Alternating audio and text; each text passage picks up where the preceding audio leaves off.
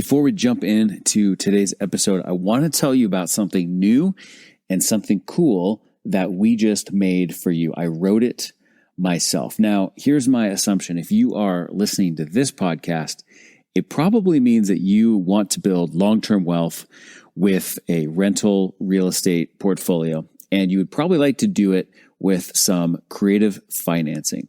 And as I talk to people who want to do that, I know a lot of questions come up, and I thought there's really no great single resource that really captures the entire picture of how that works.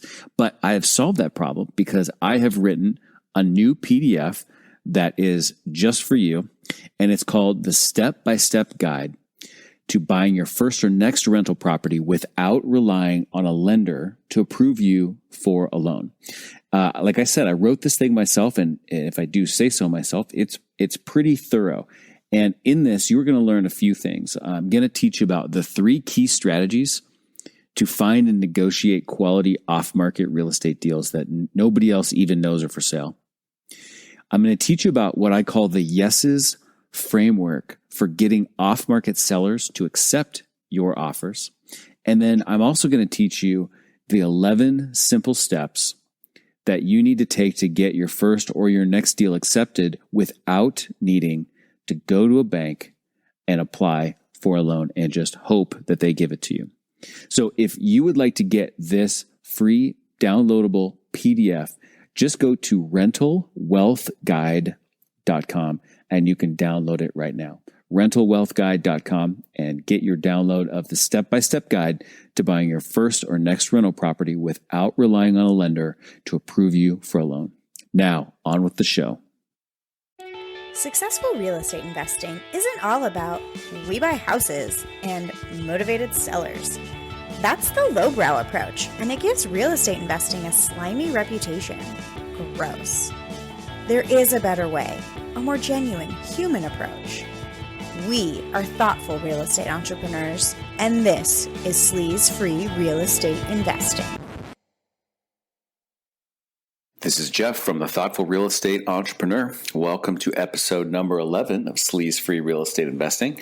This is a show for those of us who never felt at home in the we buy houses crowd.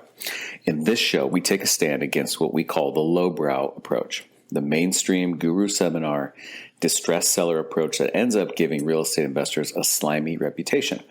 Instead, we discuss the strategies, tactics, and philosophies that we call the thoughtful way, an enlightened approach to real estate entrepreneurship that focuses on constantly sharpening the sophisticated real estate entrepreneur's 3 most critical capabilities: seller relations skills, deal architecture skills, and opportunity vision. When all 3 of these are fully and successfully in motion, then you can make an excellent living today and be building long-term wealth while creating value for everybody that you touch along the way. Show notes for today's episode can be found at www.thoughtfulre.com/E11, E11. So please do yourself and do us a big favor by hitting the subscribe button in your podcast app. That way you'll know exactly when the next episode comes out and everyone after that. In the last 2 episodes, we discussed the topic of seller financing. First, we talked about the 5 myths of seller financing. Then we talked about what seller financing is to a thoughtful real estate entrepreneur, a tree. So go back and listen to those if you have not already done so. In today's main course, we're going to talk about the story. I'm going to tell you a story of an epic deal that I recently completed, full of twists, turns, complications, near collapses, and all sorts of lessons to learn from. But first, as always, a little bit of food for thought. Because after all, as thoughtful real estate entrepreneurs, we like to feed our minds with things to think about. And ironically today, what we're thinking about is this. It's a quote from a guy that I know named Joe Polish, who runs Genius Network, which is a mastermind group that I am a part of. And I was at one of these meetings with Joe recently, and he said, "You can't think yourself into entrepreneurial success." And boy, that hit me right between the eyes. I thought, boy, that's kind of ironic, because thinking as a tree, our thoughtful real estate entrepreneur, is our superpower. but it's also potentially our kryptonite as well. And this isn't really about analysis paralysis per se. I guess that could certainly be the case for some people. But what I find that I experience the most as a thoughtful real estate entrepreneur is not so much about analysis paralysis, but empathy. And empathy is our ability to see things from a different perspective. And it can be seeing another person, seeing another situation from another person's perspective. But it can also just be seeing a topic from a bunch of different perspectives. And trees, we tend to have great empathy. And so that means that when we are looking at a seller situation, or we're looking at a property, or we're looking at a deal, or any kind of opportunity, it means we're actually pretty good at seeing all the different angles on that situation. And instead of seeing one clear path that says, hey, this is what we should do, we see several potential paths, and we want to make a thoughtful, considerate decision that we know is the right thing to do. And the fact that we can see it from so many different angles actually can get in the way. So it can create inaction in us. But ultimately, as thoughtful real estate entrepreneurs, we have to take action, because nothing happens until we take action. So I think step one is simply to be aware of this dynamic, to be aware that thinking is actually potentially kryptonite. And once we're aware of it, then we can start to notice when we're doing it and feeling that way. So I want to give a thank you to Joe Polish for this great quote: "You can't think yourself into entrepreneurial success." And that is today's food for thought. Hey, everybody. Just a quick interruption to tell you about something we've put together for you. I don't know if you've ever heard this funny expression, but a powerful one that says, you can't read the label when you're inside the bottle. Well, real estate investing is kind of like that. When I got started, I was just reading and listening and studying everything I possibly could and taking massive action based on that, which was fantastic. But it took a long time for me to realize that so much of what I was learning was actually pretty lowbrow. And I just didn't have that perspective. And, you might be in the same kind of position right now. It's very difficult to know and to see your own situation clearly when you're right in the middle of it. So we've created a free PDF guide available for download. It's just for you guys as listeners to Sleaze Free Real Estate Investing, not available to anybody else. And it's called 5 Critical Mistakes That Make Most Real Estate Investors Accidentally Lowbrow. So you can go get this right now if you'd like it, this free PDF guide at pod.thoughtfulre.com. pod.thoughtfulre.com. Go grab it and see if you are making any of these 5 critical mistakes. All right, moving on to the main course of today's episode. Today's topic is the story of a building that I recently bought. It's a commercial property. And it's not just a single transaction. In fact, it was really a series of moves over time that ultimately came together into a single but multifaceted, coordinated effort. It's an epic and multifaceted campaign of prolonged seller relations effort. You can probably tell already from previous episodes, I like metaphors and analogies. And I feel oftentimes like entrepreneurial real estate is like a chess match, both on a deal-by-deal basis, but also on the basis of an entire portfolio. And sometimes the chess match is a longer chess match over time that might play out over a longer period of time, over lots of interactions. And it might seem like a series of smaller chess matches, but it's really one bigger chess match. So today's story that I want to tell you is about a really cool, charming building in my town of Portland, Oregon, that we call Elizabeth. And I'll tell you why we call it Elizabeth later. By the way, I've put a few photos of Elizabeth in the show notes for today's episode, so check that out. Again, it's thoughtfulre.com/E11. And you can then sort of put a face to the name, so to speak, as you listen to this story and you hear about Elizabeth. So I'm going to tell you this story, and as I have moments when we can stop to point out the lessons that I learned along the way or important things to make sure that we don't accidentally gloss over. I'm going to do that. The important strategic points and whatnot, so that you too can be sure to really learn from every little move along the path of this deal. I want to stop first, actually do this for the very first time, and point out a major point. People tend to think that a deal has a negotiation. Like there's just one negotiation, like you go in and you negotiate to buy the property and then you simply buy the property. That's not how I think about it at all. I think of the entire relationship from the moment my mail arrives at the seller's house, from that moment until literally the closing of the transaction and the recording of the transfer of title to me. That entire thing is a negotiation. It can last for months. It can be a shorter period. It could even last for years.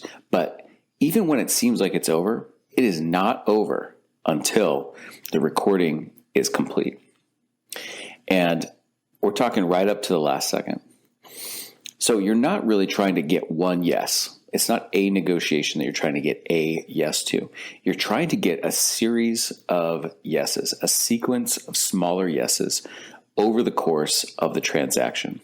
It's like trying to get them to eat a series of breadcrumbs along a trail, one at a time, rather than trying to talk them into eating an entire piece of bread at once. We're dropping these breadcrumbs in a certain order, leading this conversation to where we want it to go and where they want it to go.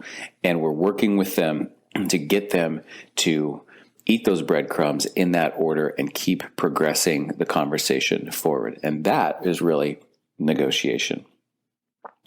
This whole thing is what the art of seller relations is all about. You hear me talk about seller relations a lot, and it's about navigating this conversation carefully and deliberately to understand where all the opportunity in this particular deal or any deal really lies, and learning how that you can present your proposition to the seller in a way that makes them feel like you're simply giving them exactly what you understand that they want, that it's not about you. You're not framing your proposition as here's what works for me. You're framing your proposition through this entire progression of discussions and breadcrumbs in a way that gives them exactly what they are looking for.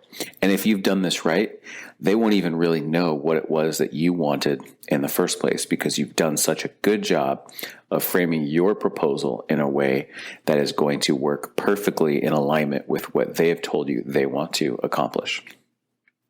So on with our story. Here's how it all started. A few years ago, the New York Times published an article about earthquakes and the likelihood of earthquakes on the West Coast. And it really focused on Oregon, here where I live. And it really focused specifically even on the Portland metro area. And it really freaked a lot of people out. I mean, freaked everybody out, really. And it really put the spotlight on the topic of earthquakes. And not too long thereafter, the city of Portland created and published a list of all the buildings in the city that they consider to be made of unreinforced masonry. So that would be cinder block buildings, brick buildings, things like that. Unreinforced masonry is not built these days. The engineering and the requirements in the code are completely different. But originally in Portland, there's a lot of old buildings, about 100 years old or 70 or 80 years old, that were built before those codes were around. And so there are quite a few buildings that are made of unreinforced masonry, or as we say, URM. And so they published this list, and they started to say that the URM building owners were going to have to seismically retrofit their buildings. Well, now this could be extremely expensive. I mean, nobody knows exactly how expensive it's going to be until they get a specific quote, and they don't even know exactly what the scope of work is going to have to be.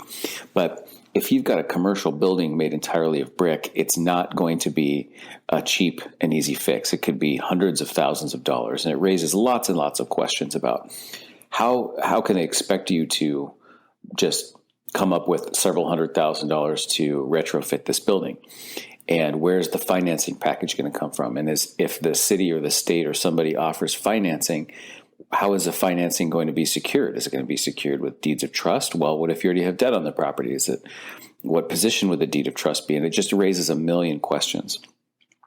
And so we started to think about that. We thought, well, this probably means that these sellers or these property owners, see, very optimistic, I always call property owners sellers, but these property owners that own unreinforced masonry buildings are probably feeling a little bit more motivated maybe to sell those buildings now than they might otherwise be. And yes, obviously, we would be inheriting one of those challenges from them if we were to buy one of those buildings. But I felt like it was going to open up doors to conversations that might not otherwise happen. And I, as a late 30s, 40-year-old guy, probably have more energy and willingness to figure those types of things out and cross those bridges than maybe somebody who is 70 and has owned the building for a long time and they just don't want to have to worry about those things. So what I did is I downloaded the database of this published list of URM, unreinforced masonry buildings, and I sent them a letter expressing my interest in their building. I did not mention anything about unreinforced masonry in the building or in the letter. I just simply said, my name is Jeff. I'm interested in your building. Would you be open to speaking with me about it? Okay. So fast forward a couple weeks. This is now late October 2017. I receive a phone call from a woman who owns a building. We're going to call her Cindy. Cindy says, "Hey, Jeff, I was just about actually to list my building when I got your letter. I had signed the paperwork for the listing agents who had been after me for months and months and months to list my building with them. I was just about to fax it back. I just hadn't faxed it back or emailed it back yet, but it's even signed sitting here in my office." And I thought to myself, well, that's interesting. Maybe that's a little clue in itself. It says something about Cindy, who signs things and then sets it aside and doesn't scan it or fax it right back anyway.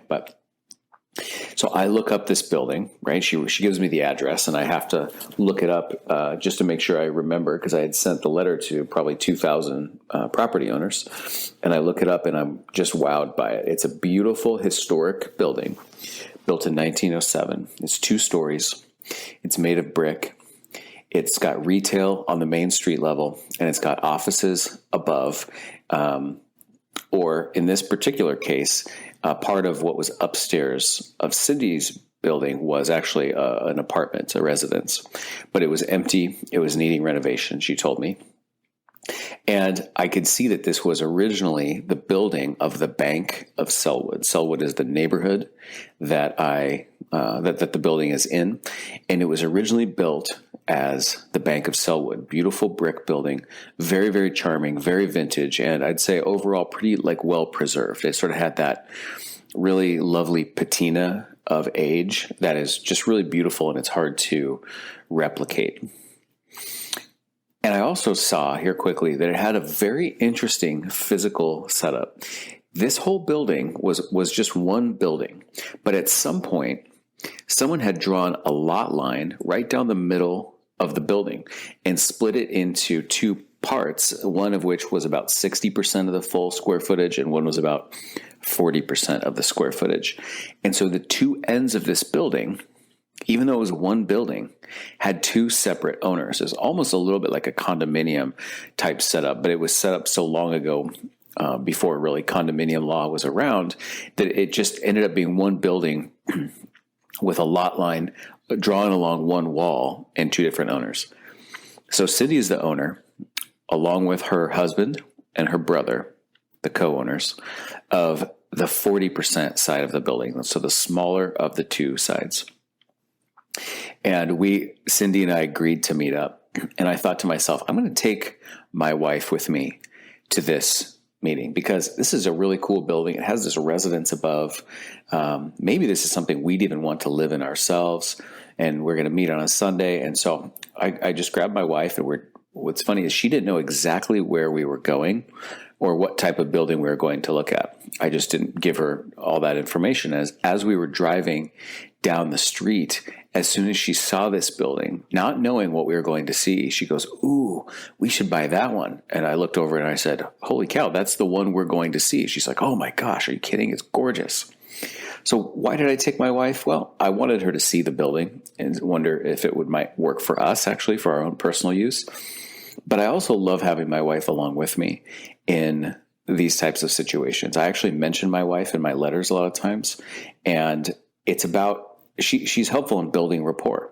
She's helpful in positioning us as just a regular couple who's looking to buy a building, which is exactly how I see us and exactly how I want the sellers to see us as well. So we meet Cindy at the building, and she brings her brother, who we're going to call Stan. So Stan owns half of the rights to their building, and Cindy and her husband own the other half. And they had inherited it from their mother, who had passed away many, many years before. And they'd been managing it ever since then. She tells us immediately that they're just not good property managers, and that's kind of why they're ready to be done with this. And it becomes very clear very quickly that Cindy is the business person here. She's the driver. Her brother, Stan, is older, but he is just not quite as alpha necessarily as Cindy. And he's physically more in charge of the building. So if a tenant had a question, their phone call would be routed to Stan for that. But Cindy was really in the driver's seat. It became very clear very quickly. Cindy is a business consultant by trade, and she's very, very busy. Turns out she's also very difficult to reach, as I would continue to learn over and over again in the future. Stan runs what it seems to be like kind of a dying small business. He's running an antiques business, which is the same industry that his mother was in as well. He loves antiques. He's excellent with fixing old things, but that business overall is kind of drying up. I get the impression. So the upstairs apartment was where we spent most of our time in our meeting because it was vacant, and the two retail spaces below were occupied, and we didn't want to disturb those tenants.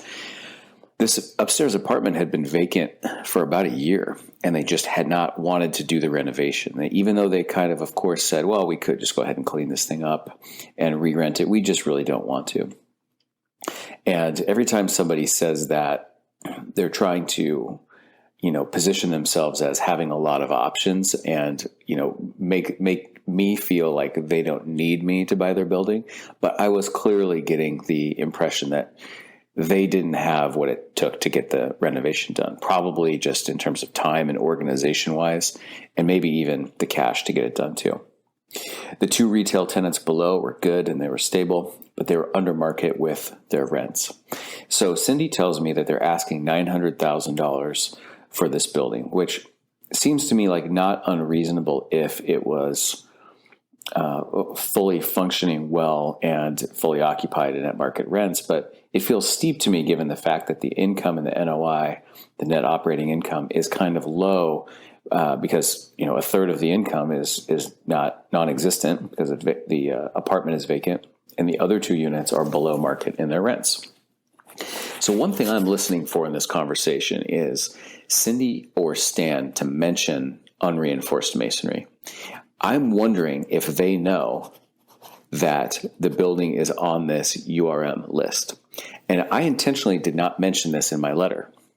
And they don't bring it up in our conversation. And so I just note that. I put that aside in the little vault of my mind, and I say, that's an interesting observation. Now, are they withholding that information from me? Maybe they don't even know. Whatever it is, it's interesting. I'm just going to file that little tidbit away for later. So we leave the meeting. Great rapport. We agree to chat again right away. I let them know, definitely very interested, and I can't wait to talk with them about some more specifics. So I started thinking about what kind of a proposal I would put together. Now, it's really important to note at this point, I don't know, half of what I would really like to know before I ever like to put a proposal in front of somebody. I always really want to know someone's real motivations, their issues, their concerns, their situation, what they're hoping that this transaction might lead them to, where they're headed. I need to understand the bigger picture so that I can frame my proposition in a way that's going to make sense for them. But my gut here is telling me that I'm not going to be able to figure all that out before the window of opportunity for this deal closes and vanishes, because Cindy is telling me she's got the listing agreement signed and just sitting on her desk waiting to run through the scanner and send back to the listing agents. So I reach out to Cindy and I schedule a time to go to her house. I'm going to meet her husband for the first time. He hadn't been at the previous meeting, and I'm going to see all three of them. This is really important to me. There's three people making decisions here. I always like to meet the sellers, and I like to meet them in their own home. Now, I always want to involve the seller in the financing of the property whenever I can, but I don't know how feasible that is at this point because, again, I just haven't had enough chance to really uncover or turn over those puzzle pieces. And ideally, of course, I'd like to know this before I make my proposal, but I don't in this case. And my gut is telling me I need to act fast and then circle back to that later so that I don't lose this opportunity. So I decide I'm going to act quickly, try to get the property in contract, tied up, as we say, and then bake in a little flexibility to myself to be able to uncover some of these things and then be able to address them in the negotiation as we proceed, even after I've had it in contract. I like actually the idea of securing this property and my right to buy it before the unreinforced masonry conversation comes up, because Cindy and Stan have chosen not to bring it up proactively with me. And so it will be up to me to bring it up to them later. But I'm feeling, my gut is telling me that later, after we're a ways down the road, after they're a ways closer to the outcomes they're wanting, that I'm going to have more leverage if I bring up the unreinforced masonry conversation at that point. So this brings me to another really important point and a learning point out of this whole thing. I'm going to give you yet another metaphor or analogy. Negotiation, I find, is a lot like a card game. Now, I'm not a big card player. I feel like I have to relearn poker every time I play poker. But with card games, you've got a handful of cards. And some of those cards, are valuable in the context of that game. Some are less valuable.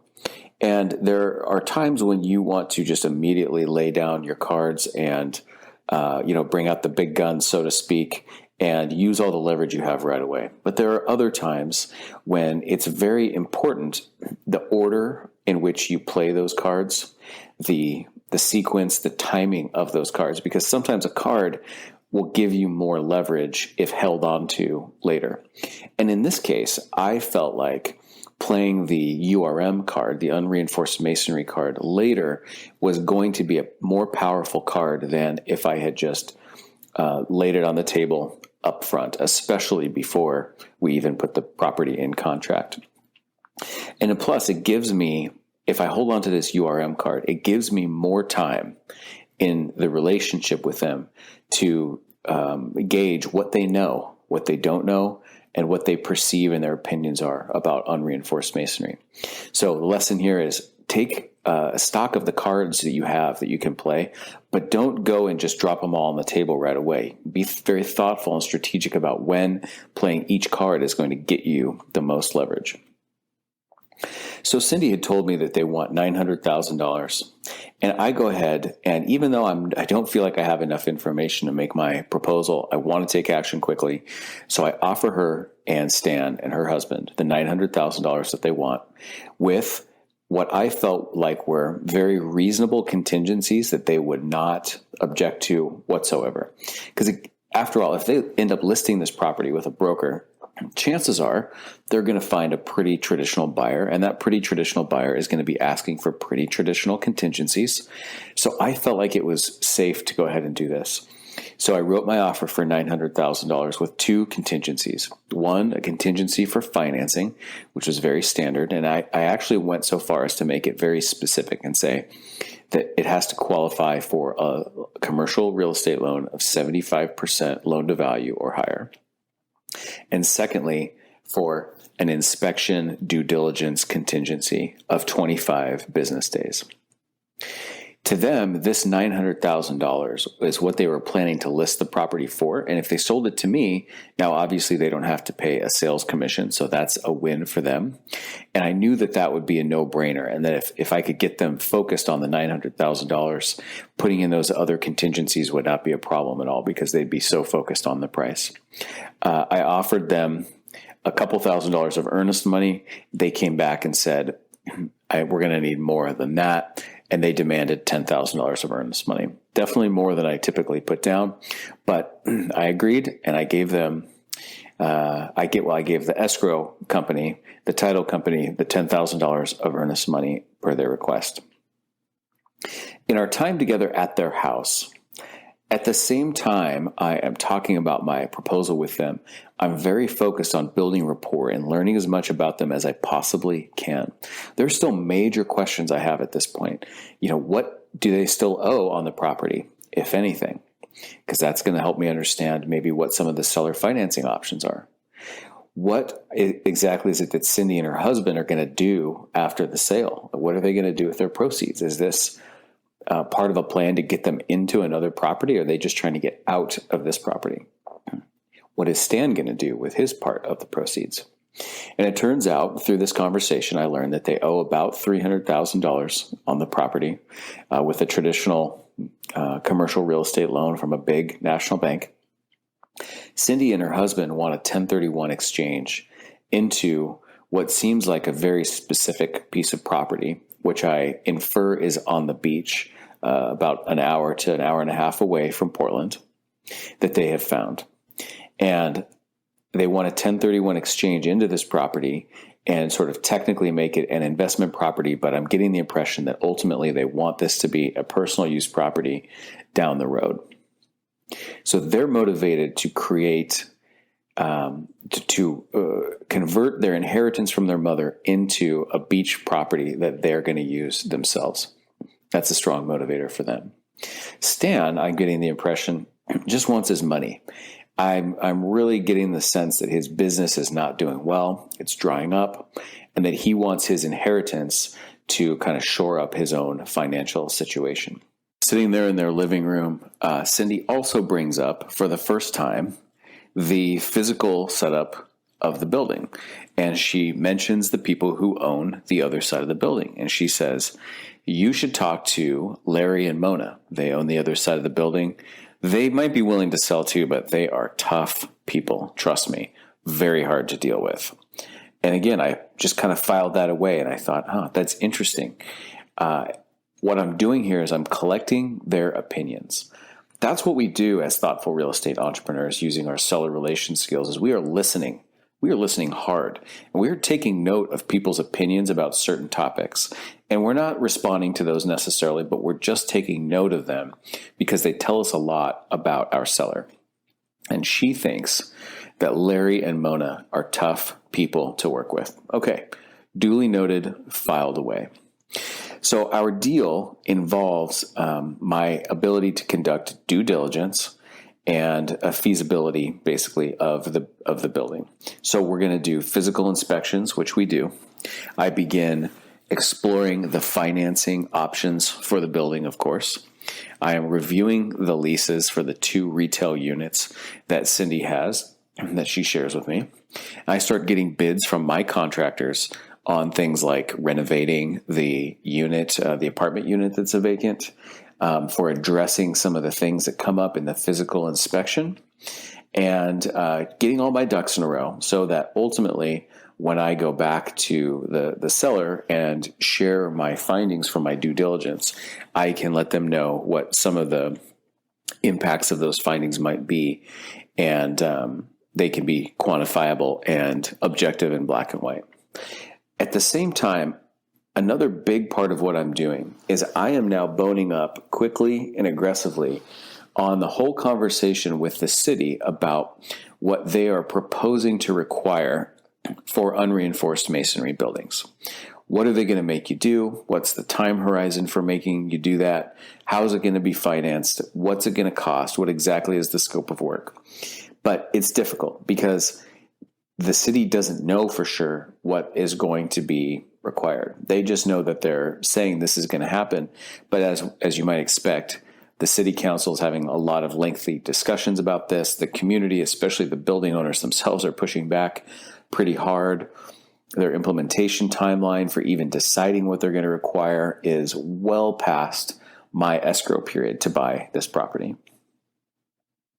So meanwhile, I get a call on my letter from Larry and Mona, the people who own the other side of this building. Because again, I had sent a letter to every property owner on this unreinforced masonry list, and I just kind of got lucky that the other end of the building, that owner called me as well. So I kept it to myself at that moment that I was already speaking with the other end of the building's owner. And I went and I met with Larry. And I, at that point, did tell them that I was in contract on the other side of the building because I wanted to establish credibility. And I just was meeting with Larry first and getting to know him and just trying to feel him out and his situation and maybe his motivations. He very quickly made it seem like they were not committed to selling by any stretch of the imagination, but would entertain the conversation. And so I wanted him to see that I wasn't just a tire-kicking buyer. I was actually in contract to buy the other side. And with that bit of knowledge comes assumptions on his part, of course, that I have the ability to buy these types of buildings, and I have the horsepower to take them down and the experience to do it. Now, I don't tell Cindy that I'm going to speak with Larry and Mona, of course. I just keep that part to myself.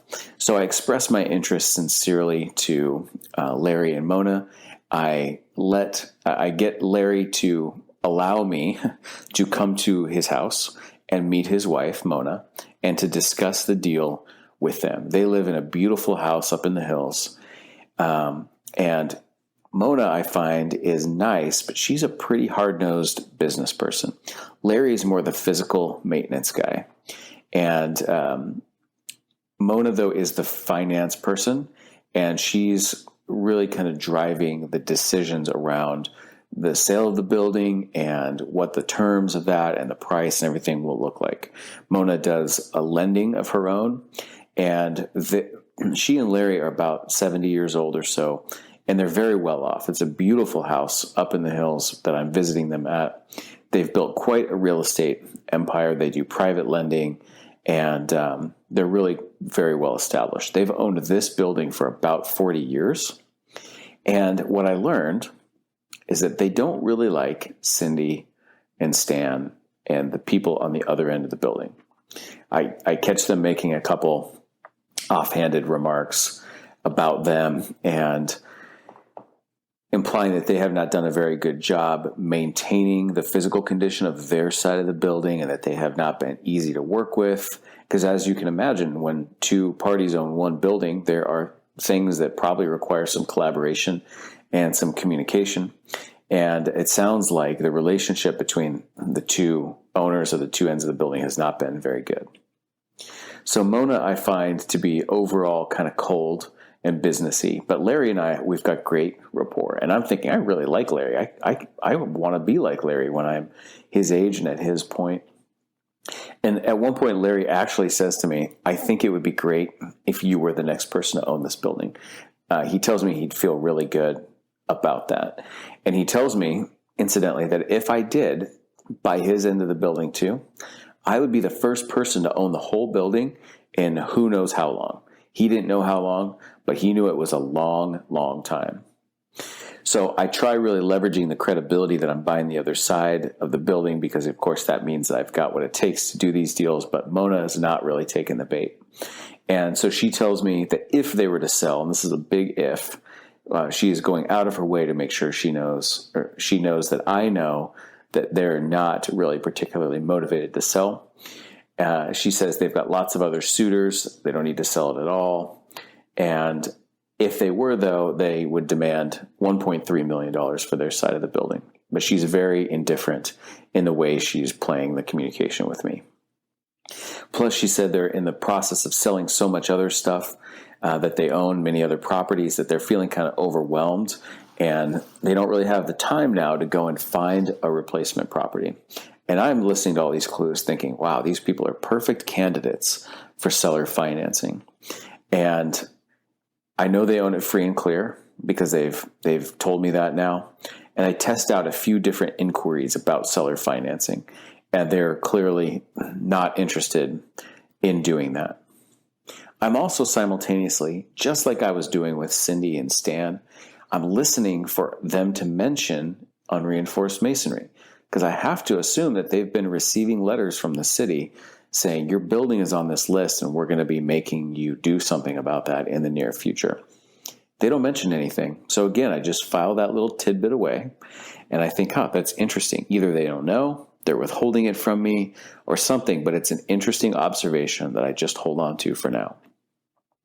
So I tell them I'd love to buy their building, and I say, look, I'll give you the $1.3 million you're looking for. And Mona is saying, okay, before we accept your offer, we need to know that you have the money to do this.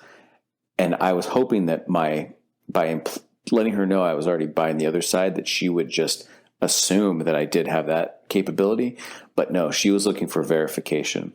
And I said, well, we have a little bit of a catch-22 here, because once I have your property in contract, then I can go to my lenders and find that out. And she wouldn't go for that.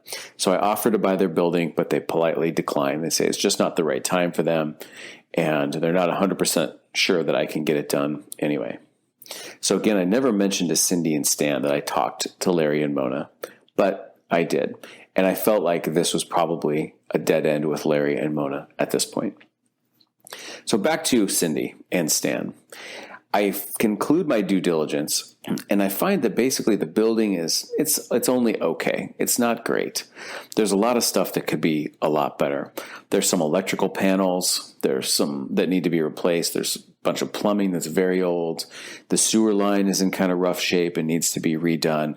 The roof is in really bad shape, and it needs to be done as well. And plus, this URM topic is especially difficult to assess because it's not clear what rules are going to be put forth by the city.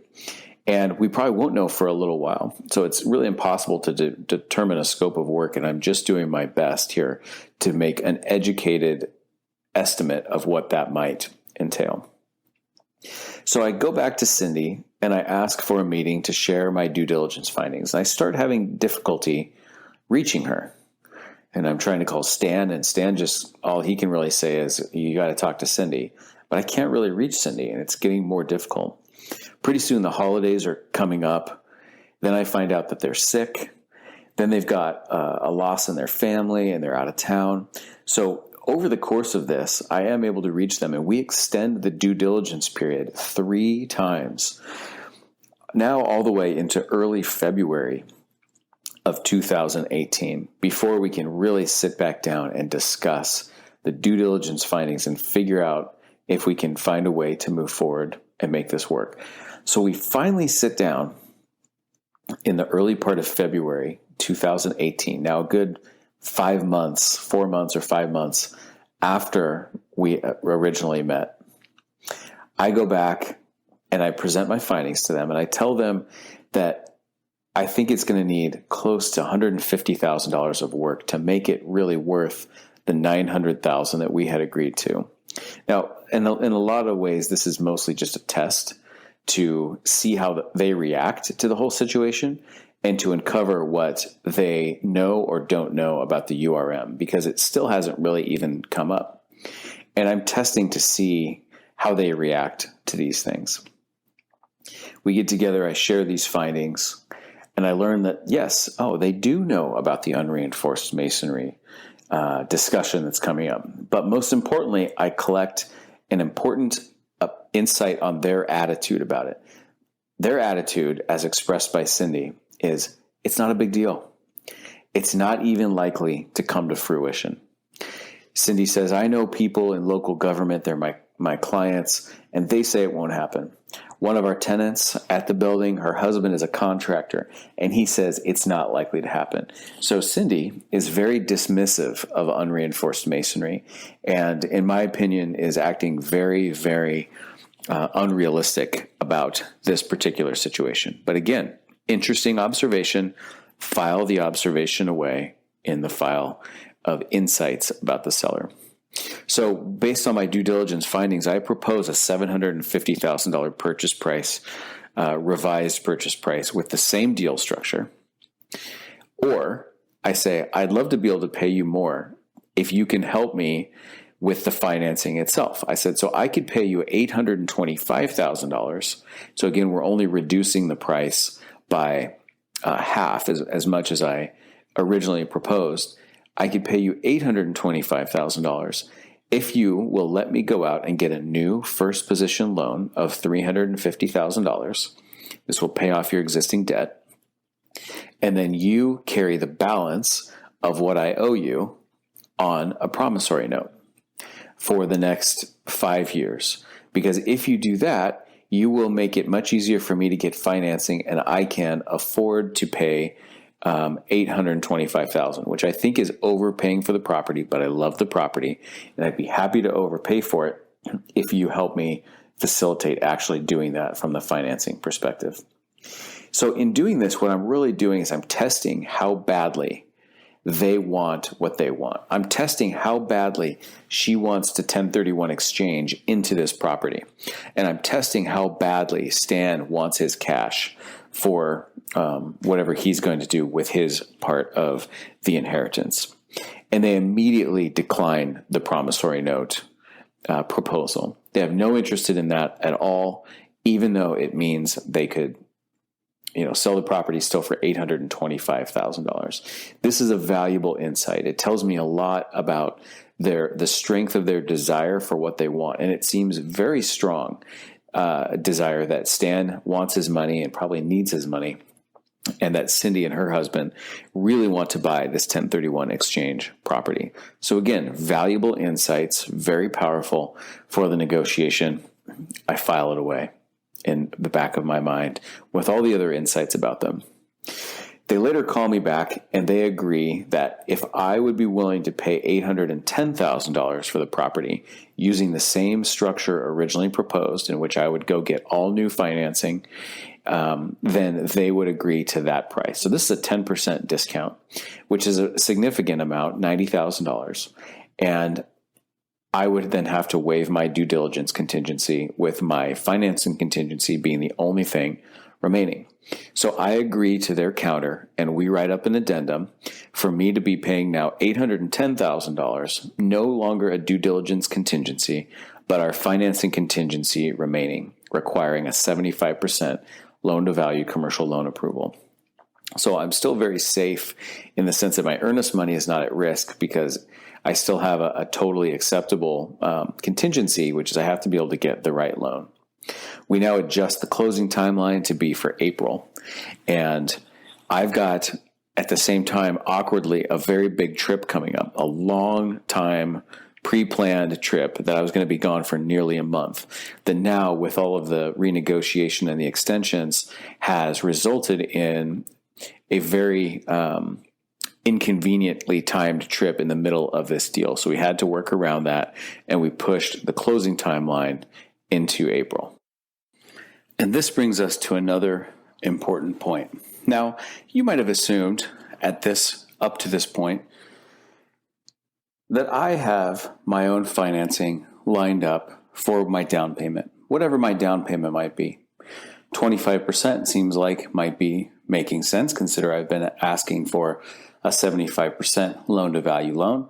So you're probably assuming that I've got my 25% of either $900,000 or of $810,000 lined up and ready to go.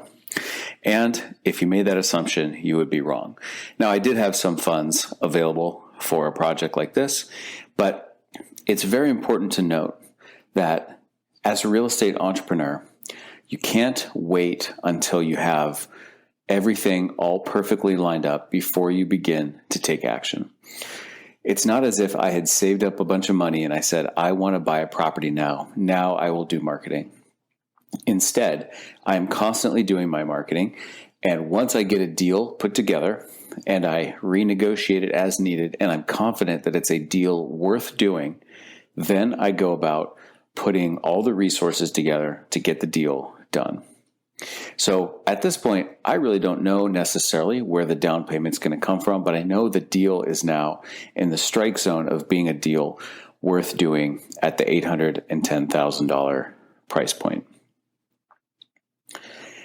So I continue exploring my financing now that the price has been significantly adjusted, and it's becoming clear that this building, with its NOI, which is kind of a low net operating income, given the fact that the one unit is vacant and the other two, more importantly, are below market rents, is not going to qualify for a 75% loan-to-value loan. My commercial mortgage lender is telling me that the maximum loan amount that they could give based on the NOI of this property and their required debt service coverage ratios is going to be about 60 to 62% loan to value, even with this price adjusted 10% down. So I start to wonder, is this a deal that's worth that much cash out of pocket? And I'm starting to question that a little bit. So I go back to the sellers and I try to talk with them about the financing difficulties I'm experiencing, because after all, if I'm experiencing these difficulties, any buyer is going to be experiencing these difficulties, because it's not about me as a borrower, it's about the building as an asset that creates income. And it's simply not creating much income. And it's not creating much income because of the way that they have managed it. So at the end of the day, the low net operating income on the building is really their problem, and it's really their fault. Now, of course, I don't want to look at them and say, this is your fault, but at the same time, I'm trying to help them understand that the consequence of the way that they've been managing it is that their building is not worth as much as it was, as they thought it was, and is more difficult to finance, and thus more difficult to get what they want to out of it. But you know what? I'm having trouble reaching them again. Can't get Cindy on the phone.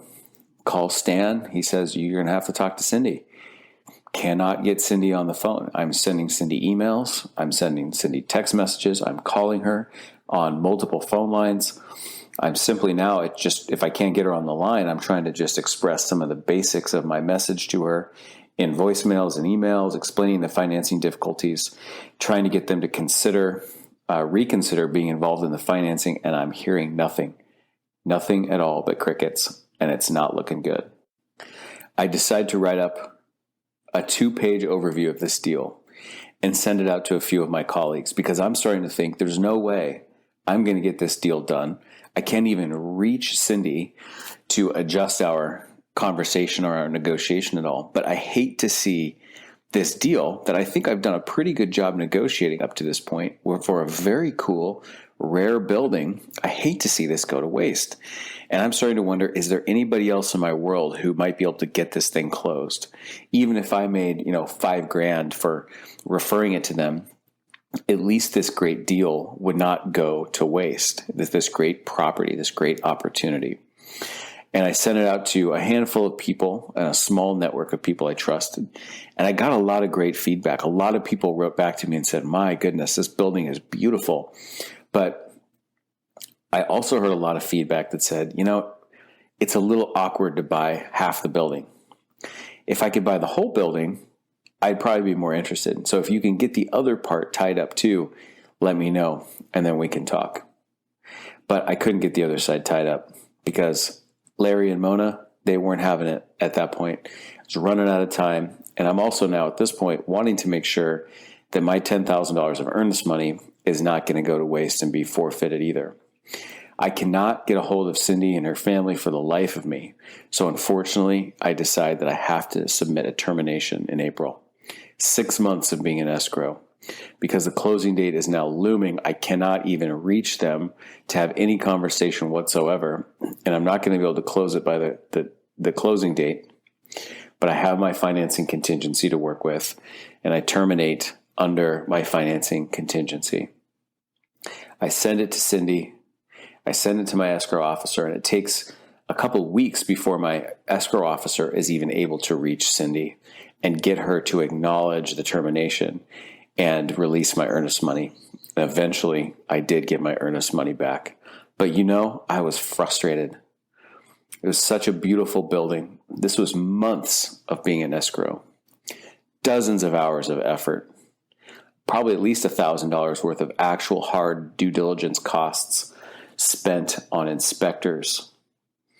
I've got unreasonable and now incommunicative people. Unreasonable is one thing to deal with. Unable to reach somebody in a business transaction, so frustrating, so helpless feeling, so disrespectful feeling. Larry and Mona, they won't cooperate with me either, and I just feel defeated, and I have to just move on. I have to let this negative, bad energy go, and I just decided to let it go. Looks like a dead deal, doesn't it? Looks like the end of the story. But maybe not. Maybe it's not the end of the story, because maybe this chess match that we've been playing, maybe the chess match that we have had up to this point is just a small chapter in a greater chess match. And next week, I'm going to tell you the rest of the story. Thank you for listening to Sleaze Free Real Estate Investing. I'm excited to be back next week, because next week I'm going to tell you the rest of this story, this epic case study, and how I became the first person in 101 years to own this entire building. Again, please do yourself and do us a big favor by hitting that subscribe button in your podcast app, and then that way you'll know the very second this next episode is released. Reminder, you can find show notes, including a transcript and photos of Elizabeth, at www.thoughtfulre.com/E11.